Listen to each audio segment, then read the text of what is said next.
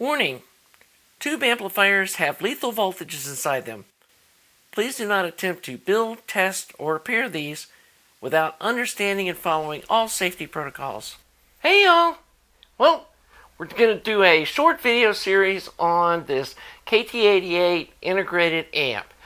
And this is based around the Kegger Blue Glow. A bunch of people had some input on this design, and I think Kegger did most of the revisions to it, and then Blue Glow did a video series on it. This is an adaptation of that. This is also a Kegger design with a few little just resistor tweaks and stuff that I did to change the bias points on the driver tubes a little bit that I thought sounded better or was an improvement to me, and some capacitor changes, and we'll go into that when we're building the amp. Basically uses KT88 output tubes and uses triode strapped 6EJ7 driver tubes. This was the same driver tube we used in the KT120 monoblocks. These are biased a little different plate load resistor, because we don't need as much voltage swing as we needed in the KT120s. Going to use a 5AR4 rectifier tube, 750 volt center tapped power transformer. This case we're using a pair of 25 watt 5K 8 ohm speaker tap output transformers and a Hammond 5 Henry choke. This was a commission from a customer that had bought one of my color preamps and was looking for a power amplifier to pair with it. And given that the EL34 amp really doesn't need a preamp, these amps do benefit from having a little hotter input signal. And so, really good amplifier to build if you're planning on using a preamp or you want to use a preamp. This is an amp that can benefit from that. You can build it as an integrated amp and put a volume control up here in the front corner here, and wire it between the intake jacks and the grids of the input tubes. But in this case, we're building it as a pure power amp with no volume control, and it's just going to have a pair of RCA jacks in the back and some speaker jacks. So yeah, this should be a fun little project. I built one of these years ago, and I've learned some things from the mistakes that I made on that amp. One of the things that I struggled with was the amp just was so bright, and I couldn't get the top end tamed down. But at the same time, it didn't have really good bass response. It was kind of weird. It was, I don't know. I wasn't real happy with it. So I ended up taking that amp apart and using the output transformers and the power transformer to build a 300B amp, which I loved, which I still love. And then I bought some ISO Tango transformers for it. So I had these Edcors just sitting on the shelf. Thought, hey, this is a perfect opportunity to give these output transformers a good home. The thing that I learned was on the original one, I bypassed all the capacitors in the amp with these little, 30.33 UF Mundorf little cheap caps, and I found that doing that makes the amp sound shrill, or at least in my experience it did. I tried adding them to my 6SQ7 EL34 amp, and I was like, oh god, there's that horrible shrillness that my KT88 amp had. And so this time we're not doing that, and we're going to replicate the power supply layout that I developed on my EL34 amp, which I think works really well. Don't see a need for using two chokes, and I'll get into that. And so this will be a little cheaper than some of the amps that I built in the past as far as the power supply and all that stuff. I'm hoping that at the end of the day I'll be able to put like a 5Y3 or maybe a 5E4, some rectifier that has more voltage drop across it, so that this amp can also run with EO34s. But we'll have to drop down the plate voltage to be able to do that. But we'll see when we get done whether that's going to be possible or not. Mainly I'm building this as a KT88 amp, but hey, we'll see what happens. So anyway, let me show you my thought process on how I'm going to design and lay out the components and the tag strips and all that stuff. So even if you're building something else, it might help you kind of understand the thought process I use on laying stuff out. So let's get busy. Okay, so we got the initial layout done and we have the transformers installed. We've got the Hammond 5 Henry choke here in the front. We've got a 750 volt 200 milliamp power transformer, which is a little overkill, but that's a good thing. It'll stay nice and cool. We got our 5AR4 or whatever tube rectifier we're going to end up using. It's designed to use various rectifier tubes to control the voltage, and we'll talk about that later, but likely going to start off with a 5AR4 with the KT88s. We got a pair of 5K Edcor output transformers here that have been painted black to match these Hammond transformers, and like most of you, I've gotten a little tired of that blue color they paint these things, and I've been painting them various colors for different amps. I'm just not a big fan of that Edcor blue. Anyway, we have our two power tube sockets here. We got a large trim ring with some ventilation holes in the chassis around the socket to help cool the KT88 and to help cool the inside of the amplifier. And we're likely going to put some vent holes on the underside, like over in this area underneath the amp, to pull cool air across the inside of the amp and out these vent holes. Now this is kind of a controversial thing that I do, and I don't normally do this on my commercial amps, but the person who commissioned this amp was very clear that they wanted me to build this as a function follows form, and we discussed this, and he said he was fine putting the cathode resistors on the top side of the amp, and this allows the heat generated by these resistors, which these are some 10 watt 500 ohm resistors, which do get pretty warm, to not be on the inside of the chassis next to the electrolytic caps and other parts that can be damaged from heat. And so that's a little feature of this amp. And you'll note we've put this on a little oversized chassis. We could have made this amp a little smaller, but the purpose of this is to keep all of the AC, high voltage AC and rectification and all that noisy electronic stuff over here far away from the signal part of the amp to help keep it quiet. And then we've spaced these tubes according to the data sheet, but we also tried to keep them all together here as close as possible to keep the signal path as short as possible. Now I did put the RCA jacks in the back. They're over here in this corner.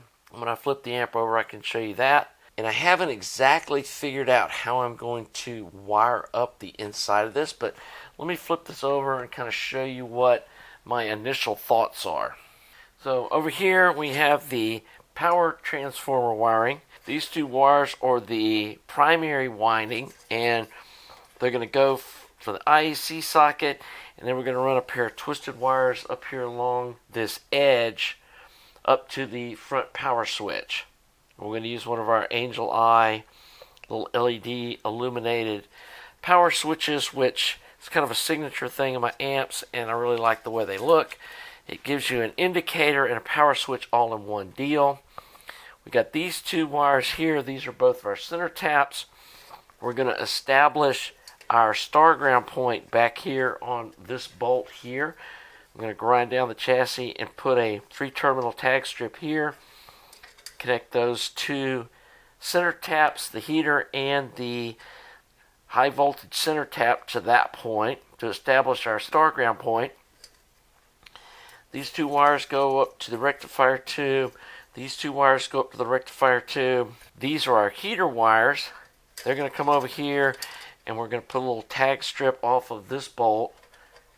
And this is basically the way I'm wiring up my EL34 amps. I'm going to mimic that power supply. We're going to put our big Soline cap right here that goes between the star ground point and this pin of the rectifier tube. Then the choke comes around like that, connects up to that pin. We're going to have a tag strip here. We're going to have the other side of the choke coming up to this tag strip. There'll be 100 UF cap here. We'll have another larger cap up here. That's the second filtering cap. And then we'll finally have our filtered B plus right here. On the front end tubes, we're running 2 triode strapped tubes for the drivers. And they are going to need 1 5-terminal strip each to hook up all the components to that. The heaters for them are going to come this direction. We'll daisy chain these two. Then they'll come over and then come up like this to their heater strip. Then we'll have another pair of heater wires that come down, go to this tube, and then across to this tube. Now, as far as wiring up the rest of the output tube, and then how I'm going to do the filter capacitors for the front end tubes and the dropping resistors, haven't decided exactly yet how I'm going to do that.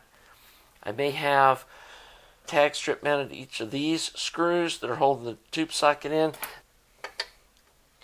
and then they'll sit like this. There'll be one there, and obviously there'll be one sitting over here, and I can use this screw to do another little tag strip right here. That's going to be awful close to these. I may do one kind of going off like this direction, and then another one going off that direction. I may run them off this screw, maybe put something, one going this way and one going that way. Haven't actually decided yet how I'm going to, organize all of that. And then, of course, we have these holes here that go to the top of the chassis where our cathode resistors are.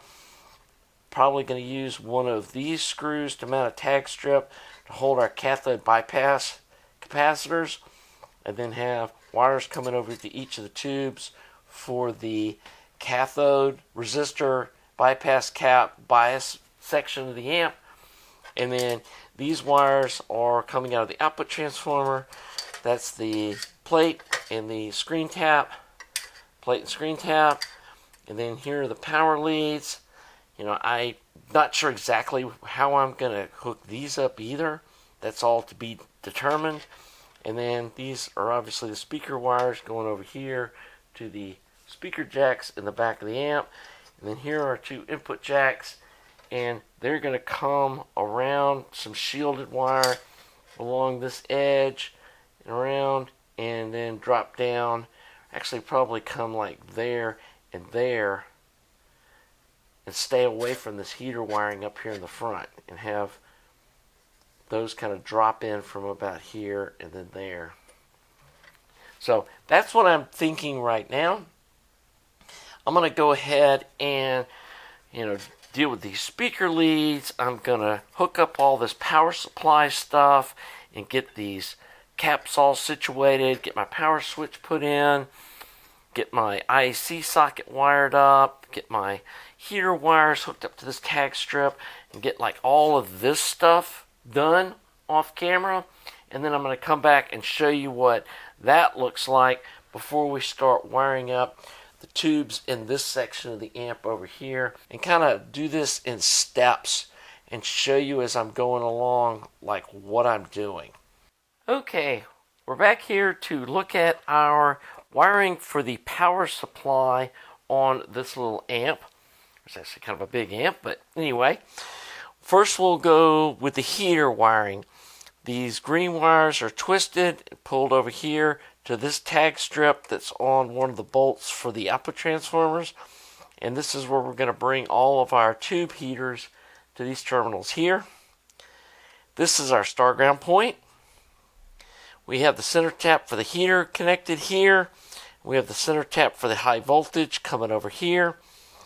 This green wire right here is our chassis ground, going from the earth ground on the IEC connector to a solder lug that's got little teeth on it, and then also use a keeps nut, or one of the little nuts that has star washer on it. We've ground the powder coating off the chassis and make sure we get a super good ground, and then I put this liquid electrical tape over it to seal it up so it won't corrode in the future.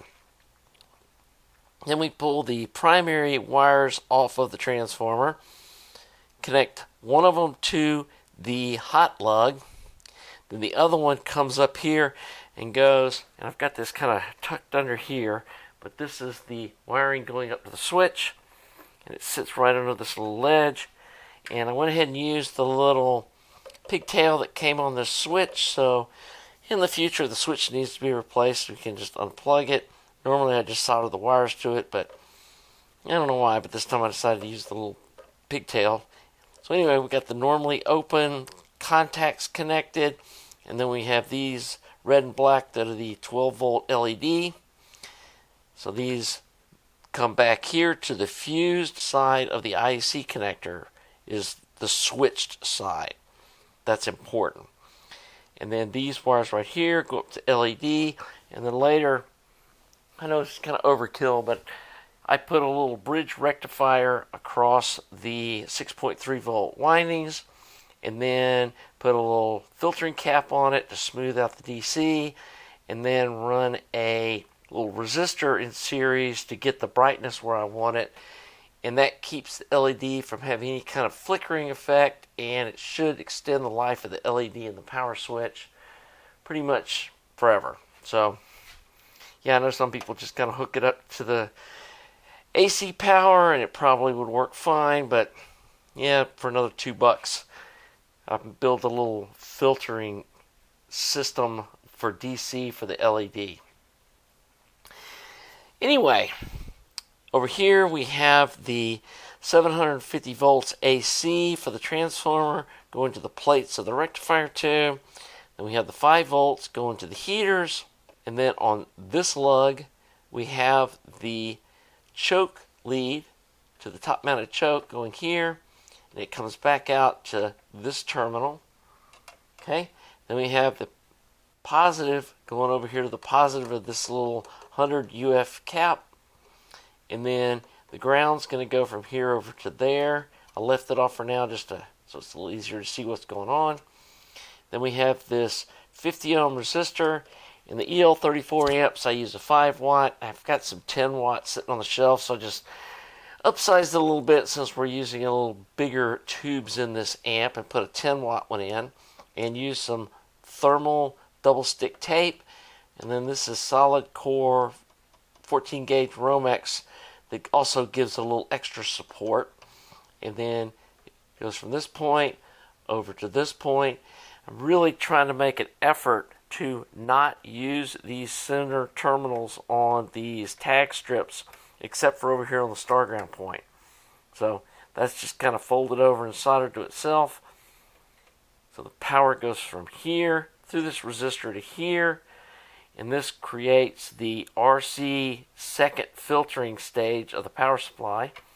So we have the positive going here, the ground's going to go from here to here, which we'll do later.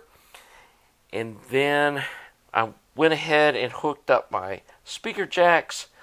Got positive, negative, negative, positive, and then I've got each negative individually comes over here to the star ground point. I know some people daisy chain them. I've just kind of got the habit of running individual grounds, and that is also a safety thing. So if something ever happens with the output transformers and they short out internally, you don't end up with 400 volts DC on this terminal, it'll blow the fuse. So that's just a safety thing. Plus, it protects your speakers from potentially getting wiped out if there's a output transformer failure. You know, if the tube decides to red plate for some reason, loses its grid, you know, goes crazy, shorts out, blows the output transformer, and then takes out your speakers, and you got your whole systems taken out. So definitely want to hook these up, even though they're not needed because we're not using global negative feedback. There's no signal going through them. So we have the output transformer leads. Haven't quite figured out all of that yet. I mean, I'm pretty sure I'm going to do the same thing I did on my EL34, where these two are the heaters, these are the cathode. This pin isn't used, so I'm going to use this as a tag point for the screen stopper. So we'll have a 1.2K that goes from here to here, and then we can just hook up the screen to there, hook up the plate to there. And then, like I said, those two are the heaters, those are the cathodes, and then that's the grid. And I've got to figure out how I'm going to wire all this up. I haven't decided that yet, but I've built one of these KT88 amps before. These two terminals in the front are the heaters, and so I'm going to run those up along here and over and up. And the same thing with the output tubes. I'm going to run the heater from here to there and then up. And the reason I'm running the heater around like that is to keep them away from the signal path. And then I think there's going to be enough room with these 5-terminal strip for each tube to connect up the grid and try to strap the tube and all of that stuff. And then I'm thinking I'm going to put 1 terminal strip here and use it for the combination connecting the grid and the grid leak resistor, and also do the voltage filtering for the driver tubes on this tag strip, pretty much like I did on my EL34 amp. And then put another one back here for each tube, kind of an angle like that. And then we'll have the power wires for the output transformers connect on one end, and then be able to get the cathode lead that comes over here to our cathode resistors that are on the top. And then we'll have the cathode bypass cap going across here. And then we may trim one of these terminals off. I don't know if we need all of them or not. I still got to kind of figure out that mess. So let me go do a little visualization of how I'm going to wire all this up. And then in the end, the signal wires, again, are going to come down here across. And then I'm going to not go all the way around. I'm going to stop here and kind of go across so I keep them away from the heaters. And then jump to here to there with the input signal wires. And then the other thing in the power supply is we've got this 22 UF Soline cap, which I'm a big fan of in a power supply. I think what's one of the reasons my amps have a really nice bass response is using this as the first cap in the power supply. So we're going to put this little guy here with this little, I call them Adel clamps, but they're cushion clamps or pipe clamps. People call them all different things. This is a 38 millimeter one. I've used 40 millimeter ones. They work too. So either one of those will work on these little Soline caps. That's a 22 millimeter, and this is a 35 millimeter one. So I got to keep several different sizes of these little strap things in stock for building these amps with. And I've kind of finalized on this power supply layout. And I used to put extra chokes in the front end, but I'm finding that just using a 50 ohm resistor as the second stage of filtering and using a really nice, big top mounted choke for the first stage, and then for the second stage of filtering, just using a RC filter. And this gives some resistance for the rectifier tube before it hits this 220 UF main storage cap. I've had good luck with that with my EL34 amp, so we're just going to do that again this time. And like I said, I just upsized this a little bit. So let me get these tag strips all bolted down. The other thing is I did trim out the tube socket here a little bit for these vent holes so that, it'll get the maximum amount of air through it. That one might need a little more trimming, but I want to make sure that these holes that I put around here aren't getting blocked by this tube socket.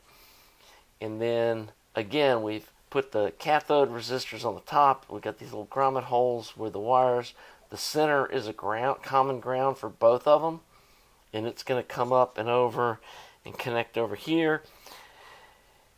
Maybe go to this tag strip first. I don't know. I hadn't figured all that out yet. But anyway, that's kind of where we're at.